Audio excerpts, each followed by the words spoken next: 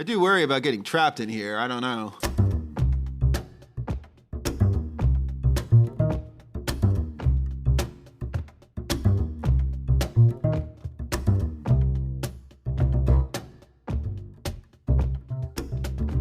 Welcome back to This Is Here, a podcast about unique educational locations and experiences. I am Adam Schechter, the school-based technology specialist, or as I like to call myself, the educational technology coach here at John R. Lewis High School in Springfield, Virginia. And on this episode, I'm going to go and wrap up VSTE 2024 from Virginia Beach. I just got back from that experience and presented and all of that. So if you were at my presentation, or at least are looking at my slide deck and hearing this show, I bid you welcome. You also happen to be part of the John R. Lewis teaching staff and listening to the show after I sent out a email with a tech update on there. Welcome as well. So, let's see. You can find us all at This Is Here Pod on Twitter and also now on Yonder Bluesky, which is like, I'll have to put it in the show notes. I'm still learning Bluesky, and it is, I won't say confusing, but it's certainly something I'm not yet used to. So at Bluesky, it is thisisherepod.bsky.social. So I think if you just search This Is Here Pod, you'll find it. I also have a Lancer _ EdTech on Twitter, which is my usual handle. And on Bluesky, there's no underscore. It's just Lancer EdTech. So I think that covers all of it. And the reason why I think I'm talking a little bit more about Bluesky is just from VSTE and just talking to some of our educators and folks in the Virginia area who have been active on Twitter and are reminiscing about what it was like, say, 10 years ago, or even further when, first off, TweetDeck was free and available for everybody. I mean, that getting moved to the premium side really bothered me. And like, I couldn't even, like, I just, nope. TweetDeck was life, and not having that anymore has been certainly a detriment to my Twitter experience. But just thinking about like the different ed chats and ways to connect with educators and people doing cool stuff. And I heard that Bluesky anyways is reminding people of what Twitter used to be like, and that if we can get ed chats kind of going, because you can follow hashtags a little more closely and see different updates. I think there's some value there of just having Twitter chats again where you can interact with one another, or even slow chats where you're just monitoring a particular hashtag, like in the Nova Ed Chat days, and responding or just picking up a tip here or there without too much of an expectation of how often that was going to update.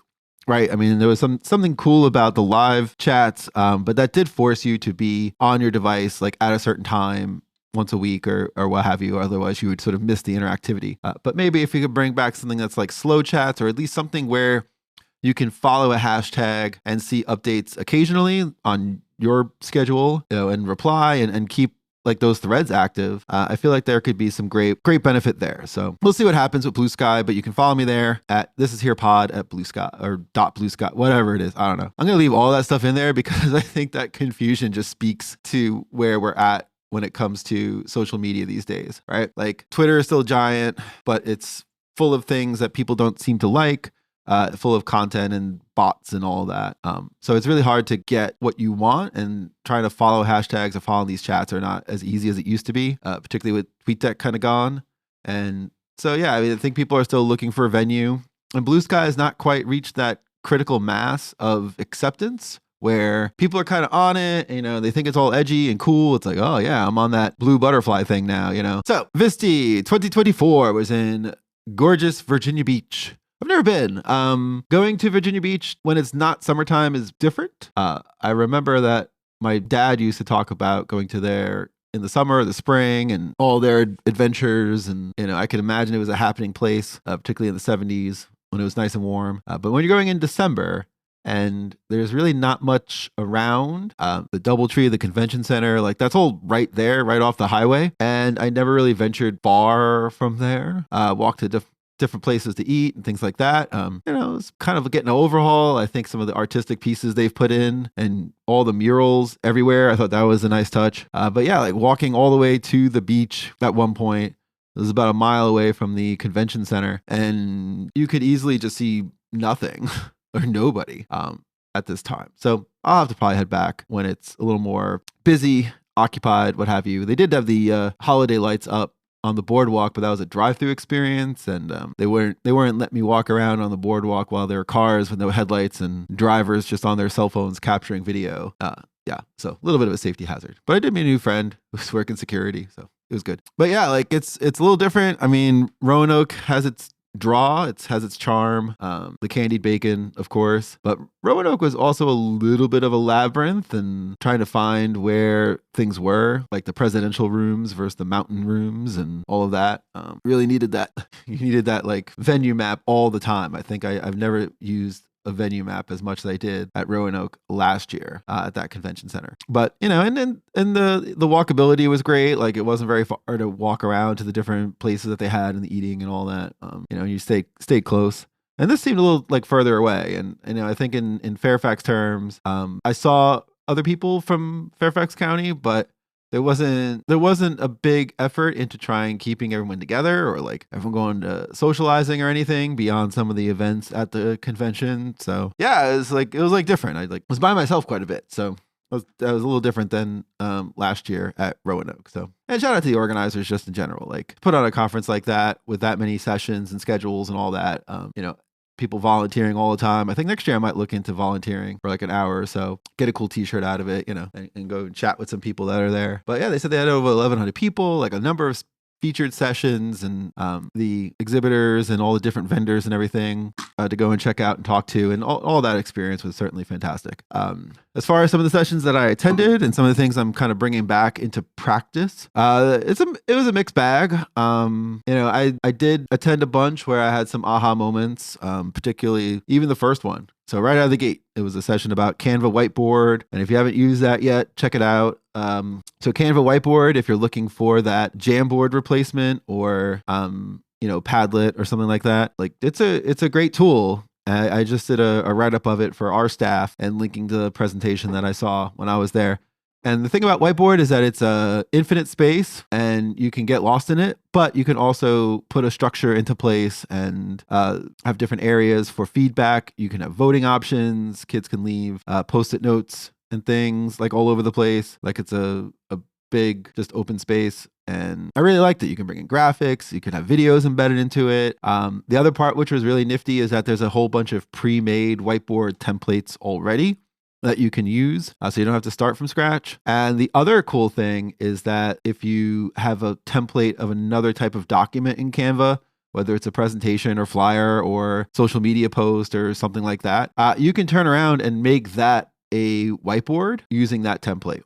And I thought that was kind of nifty. So essentially anything can be a whiteboard, and you can share it with students. The downside is that it has to be editable for students. And while you can, as the owner, lock things into place, whether it's a background or a chart or table or something like that, where you want them to fill it in, they may figure out that they, as editors, can unlock those things and mess with it. So it's a good opportunity for digital citizenship lessons. I don't know if anyone from Canva is accepting feedback, but I think that would be probably the best feedback I have about Whiteboard is two things. One, not make it infinite, to allow teachers or anyone creating a whiteboard to set a space limit to that whiteboard, and also allow the creator of a document the ability to lock things into place and be the only one who can unlock them. I think those two things would be clutch if they were going to make improvements to Canva Whiteboard. But I really liked it. I thought it was a fantastic tool. I haven't really used it a lot. And I do use Canva for other design and presentations and things. My own presentation was done in Canva. Sorry, Adobe. And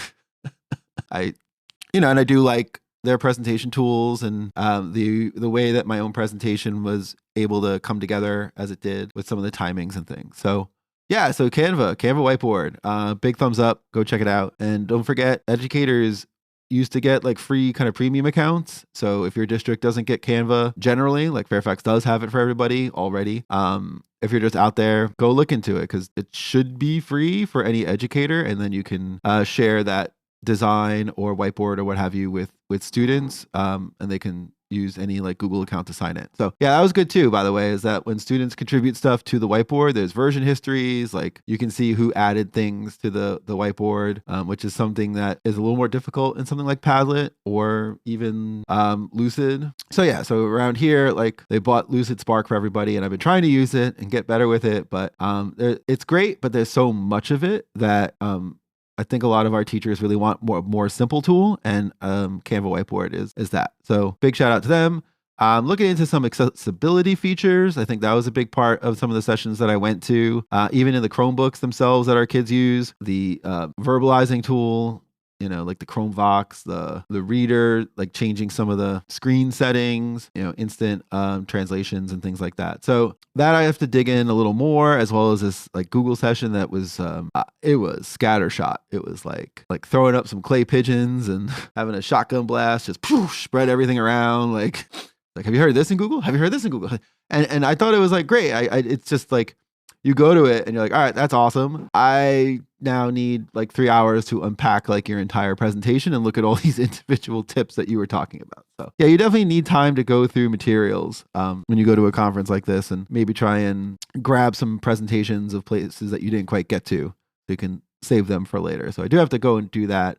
Yeah, but like VSTE is very quick to change it from VSTE 24 to 25. So like the VSTE 25 conference information is already up there. So trying to find the sched from the conference is a little tricky. Like you really gotta hunt for it now. But yeah, so some of the Google stuff. I think the killer thing in that session was a discussion about Notebook LM. And if you have not heard about Notebook LM, it is a Google product where you are feeding the AI, you're feeding the AI the information and documents you want it to have. So consider it like Gemini, where you're putting your stuff in there and you can put up to 50 different pieces of information in there, or presentations, PDFs, Google Docs, whatever. And then you can start asking prompts based on the information that you have given it. And it's actually really awesome. So like I did this with my presentation where I put the slides on there as a PDF. I uploaded it, and you could ask it to like bulletize it and summarize the presentation that I was giving, or like restate some of the information in simpler language, or like translate it, or you know, have it do like a comparison to something else. You know, so like I think that's a great future tool. I believe it's 18 plus, so it's certainly a teacher tool right now. But if you are looking for a way to like maybe put notes or slides or other stuff that you're using in class as presentation materials and have it automatically do like a simpler version of it, I think that might be a great outlet. The other thing that it does, which is bonkers, is, and you may have heard some of these, is that it will create a podcast on your information. So I fed it my presentation about using audio in your instruction, and I said, okay, create the podcast on it. And it did. And a few minutes later, there was a 2-person man-woman AI host giving me a 15-minute podcast about my presentation, named me by name several times, was able to talk about the different equipment I had made slides about, references, the structure, and honestly, it actually made my presentation sound even more amazing than I could have done. So that could have some great uses if you have notes or things like that. Now the hosts get a little snarky and a little repetitive sometimes. Like when you listen to it, it almost sounds like they secretly hate each other, even though it's AI. Like you just, you know, you're getting to that point, like in the movie Airplane, where they had that whole back and forth between the loading zones, and it's like the white loading zone is for drop-offs and pickups only. There's no parking in the red zone. And then like throughout the movie, like the two different sort of automated announcers start arguing with each other. If you haven't seen the movie Airplane, it's hilarious. But yeah, so it's kind of like that. And there could be some value there in, you know, using audio then to have this AI sort of explain this idea that your notes also do, and give your kids kind of like a different pathway to embracing information. So again, when you're thinking about that UDL kind of lens, this could be an avenue for you. So yeah, definitely check out Notebook LM. It's a pretty awesome tool. Play around with it. I need to do some more playing with it. Maybe have it summarize some of the other PD stuff that I'm doing. But yeah, that was the highlight of that Google session. I have to go back and look at other stuff, because at some point I was like, oh yeah, that's cool, that's great. And then you walk out of there and you're like, what did I go through? Like, what was that? So, all right. And then like other sorts of things were more personal to me, like talking to other, I think I mentioned with the Bluesky chat earlier, talking to other educators who want to get more active, like in sharing ideas and bringing an ed camp back to the Northern Virginia area, maybe inviting, like, so we're in Fairfax in Virginia, so maybe inviting some of the neighboring counties and systems such as like Alexandria City or Arlington or Prince William, trying to find like a central location and like just have an opportunity. And I think that's the common thread is like VSTE is a great convention, but my school sent me, right? So there was a lot of different presentations and things done by other FCPS people that you feel like should have wider access. So even amongst like other tech coaches, like other, technology specialists in other buildings, like there are 220 or so technology specialists. Each building has one, right, in Fairfax County. And only, like 10 or so of us like went to VSTE. So having a chance to share our presentations with other FCPS people, I think is a great avenue. So we got to look into doing that more widely, and which is great. Like kind of trying to get on the ground floor of that for me would be awesome. All right. So there was that. Another like table I have to do a little more deep dive into is a presenter who she was using HTML in Schoology, particularly places that accept it. So in Schoology, which is our learning management system here in Fairfax, but I believe also if you use Canvas or even Blackboard or other LMSs, there's still a mode where you can input your own HTML. And it reminded me of being back in college in my dorm where a bunch of us nerds were busy building websites, and like people that I knew had web servers that were hosting websites, and like I had one for my old radio show or just my personal musings. And I remember embedding my dead journal into it and like trying to journal and update what I was doing with my life and putting it on this website and having that. Anyway, so it's kind of like that, like HTML 4.0 for dummies. But some of the ways that you can use relatively simple HTML in your like Schoology pages or assignments or things. So if you're using Schoology, you can accept HTML in the Pages tool, the Assignments tool, and Discussion Board tool. Maybe others, but those are the three off the top of my head that I can think of. And again, for assignments, it's like the regular Schoology assignment, not the one where you're embedding a Google template into your stuff. Like if you're using the Google, we call it Flavor 2 in Fairfax. But if it's just a regular good old Schoology assignment where the students have the different options to update or submit their work, it would be that. So those all accept HTML. And I think she was kind of talking more about like formatting and using tables and like other stuff. Because honestly, the editor in Schoology it's not great. And then some of the HTML that it generates, particularly with like text, where like hitting enter in Schoology and it's just repeatedly just giving you like different line breaks or studying new paragraphs, like it's just kind of sloppy. So if you can do it yourself, there may be some cool things that you can do with that. Other sessions, so I went to one on some of the creative projects, and I thought it was a good complement to the things that I usually do around here. Like kind of making sure that you're setting up rubrics and how are you evaluating it. And this was more about like using student work to create a learning library for future students to use. And I like this idea a lot, and I would love to work with some of our teachers on kind of creating these resources.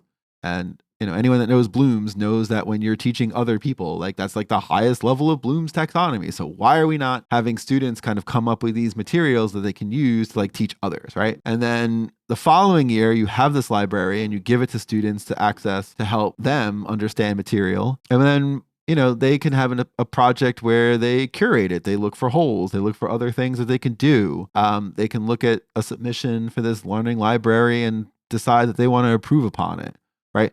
So that's a different set of like critical thinking skills that they can use to go through this learning library. So definitely some opportunities there. He did kind of he did bring up like different ways to grade and evaluate work. Like it's very hard to evaluate creativity. Like how do you really give a grade to show that someone was or was not that creative? Like, and some sort of consideration. I guess that to me brings up that idea of grading for mastery. That idea has been floating around a lot in education circles, and that if you're looking at someone's work, and whether it's a drawing, whether it's an essay, a video, a interpretive dance, like whatever, you as a teacher, like you are looking to see that they've mastered the content. So as long as you can see that the students are understanding and showing that they understand the content, they understand the underlying ideas, and that this product is that demonstration of it. Like that's kind of what we all get at, is alternate ways to assess student achievement. So there's that, like doing some thinking there. And then I went to a session about, sneaky PD kind of opportunities, and realized that I had seen almost the exact same session last year. I was like, But by then I was in the back, and it was probably the last one I was going to go to. And I was like, all right, I'll hear this again. I think it's a good refresher for me to think about, because I think some of the most difficult things you can do as a tech coach in this role is being that like forefront for professional development. There's a lot of resistance, and I can certainly empathize with teachers. And I remember being in the classroom and being like, I don't know if I want to really hear about this thing, or like all that. So to find those ways to sneak it into different things that staff are already looking at, like the walls to the bathroom, or like off to the side of the copy machine, like to kind of capture those moments where they're doing something that's kind of mindless, and they're waiting for their copies to be done, and they take a look, and you've got like a PD tip of the week or something like that. So like these short little bursts where you have an opportunity to kind of share a new idea or something like that, and you have a captive audience, or at least you have a time where they're like looking for something else, right? I mean, guys at least have seen this.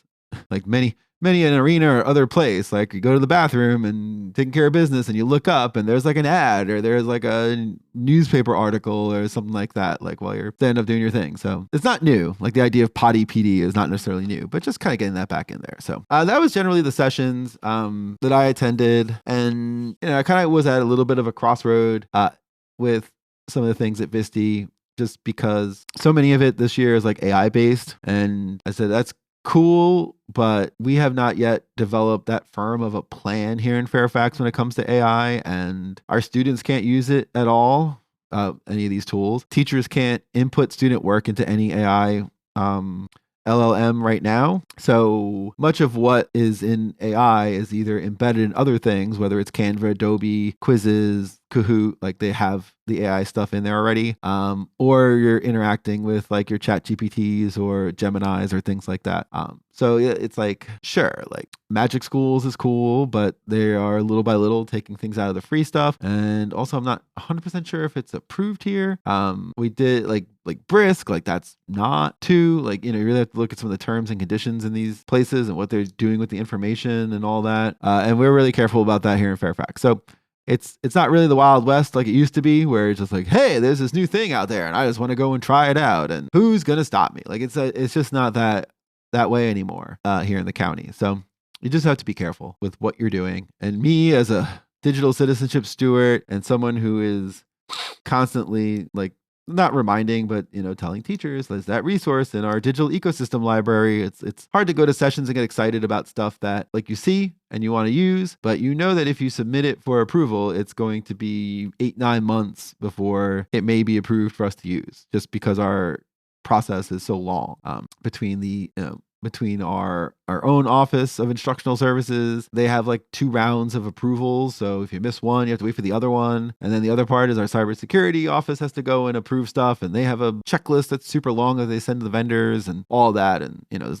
it's understaffed as far as I'm concerned. Like, so, you get excited about a new tool around here or some AI thing or whatever, and it's just not going to be approved for us to use for like another year. So I would much rather go to sessions on things that I know are already approved for us to use, than to go and be like, hey, there's this awesome thing here, let's go ahead and do it, right? So I guess they're trying to change it. I don't know. They did a deal with Diffit, so Fairfax teachers can get a full year of the Diffit premium subscriptions right now, just using their school Google accounts. So if you aren't an FCPS person and you haven't gone to Diffit, Diffit, Diffit is fantastic. It will do all sorts of great things.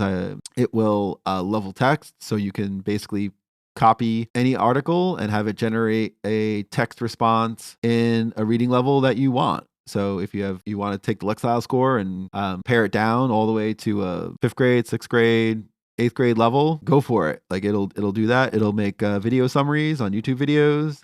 So that's pretty nifty. So yeah, like those sorts of things. So Diffit is a cool tool that we can use here in the county. But yeah, the other AI stuff, it's like cool, like great. One day we'll have it. But I'm not going to get too excited about it. And other sessions were like stuff that you have seen or STEM focused, which is great, but not kind of where I'm at right now. in our building. So I don't know. I kind of, I had a lot of reflection time, and there were times where I was like, all right, I'm not going to go to every session all day like I did last year. I thought last year I just exhausted myself trying to do that, and I'm not really sure that I got as much as I wanted out of it. So I was a little more careful and selective as in the sessions I attended. And instead I did things like I had a walk. Like I went to a walk in the mid-afternoon, or spent more time in the vendor spaces, or did the poster thing. Or that last day where I decided, it was like, oh, I don't really have a great session to go to that's real early in the morning.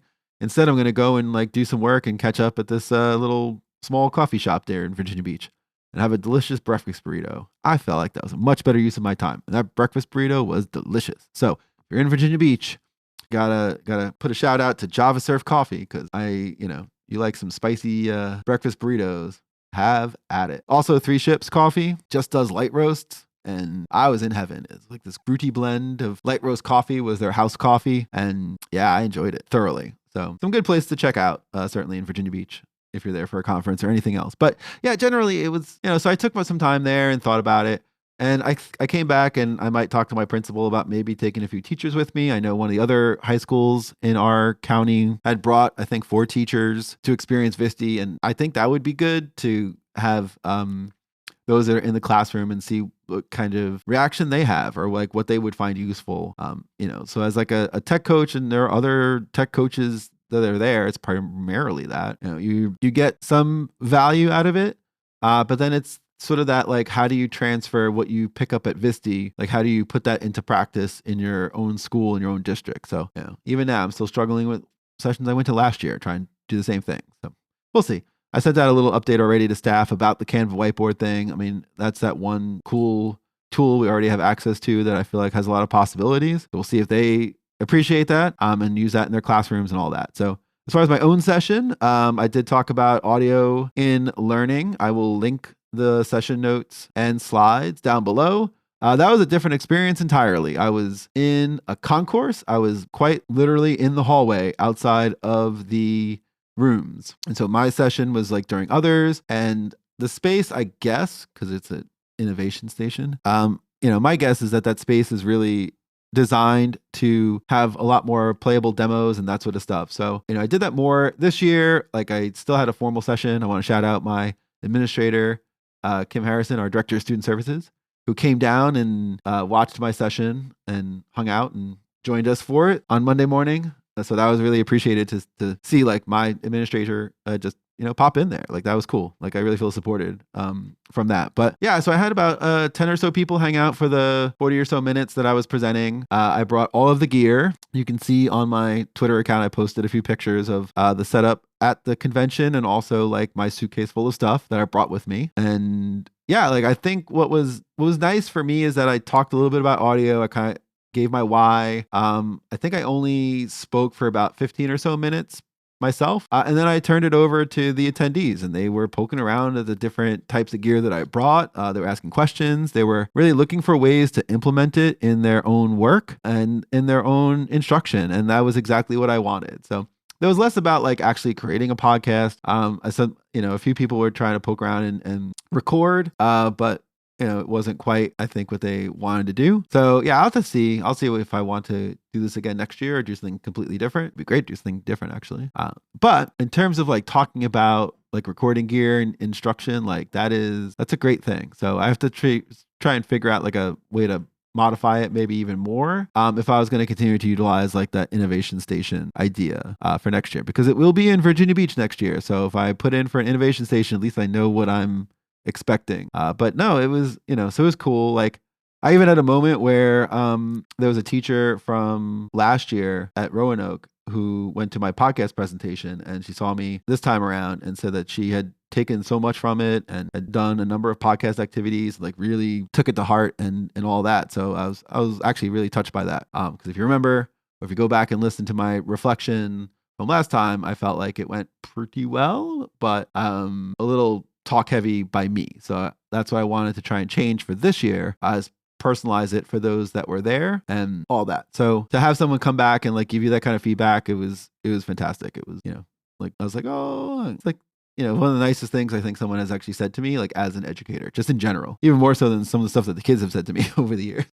So yeah, because you weren't sure, and then someone really like went out and said that. So I talked to a few people. I certainly gave a lot of invitations to meet and collaborate further. And like, again, like if you're hearing this and you want to do work with audio equipment and recording different podcasts or voiceovers or debates, speeches, monologues, like any kind of student generated audio, yeah, by all means, reach out. Use the contact info that's in our show notes and say hi. Yeah, all in all, VSTE was a great experience just in general.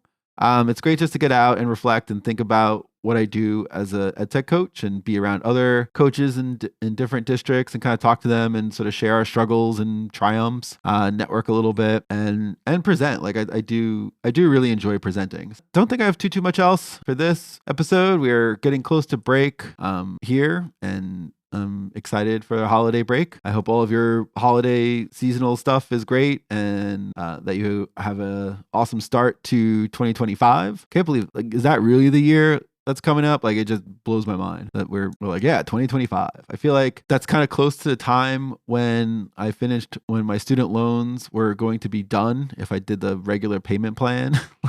like it was like a year I just couldn't even think of. And now it's 2 weeks away as I'm recording this episode.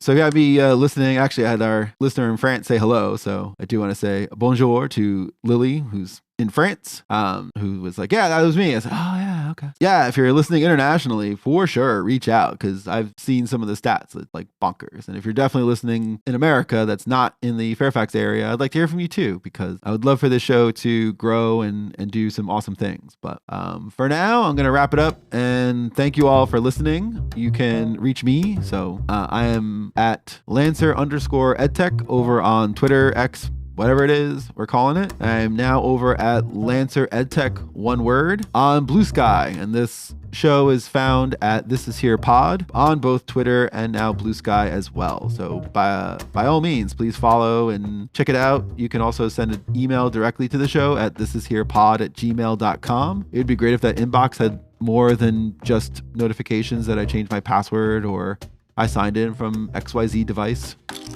Yeah, so I do thank you all if you've been out there and listening. And I will be back in 2025 with a new episode, trying to get some interviews and see if I can find some teachers here at Lewis High School to come on and talk about what they're doing in their classroom and share that with all y'all. So for all of us here at This Is Here, wait, that's just me. I'm Adam Schechter, and I thank you all for listening to This Is Here, and I will see you all next year.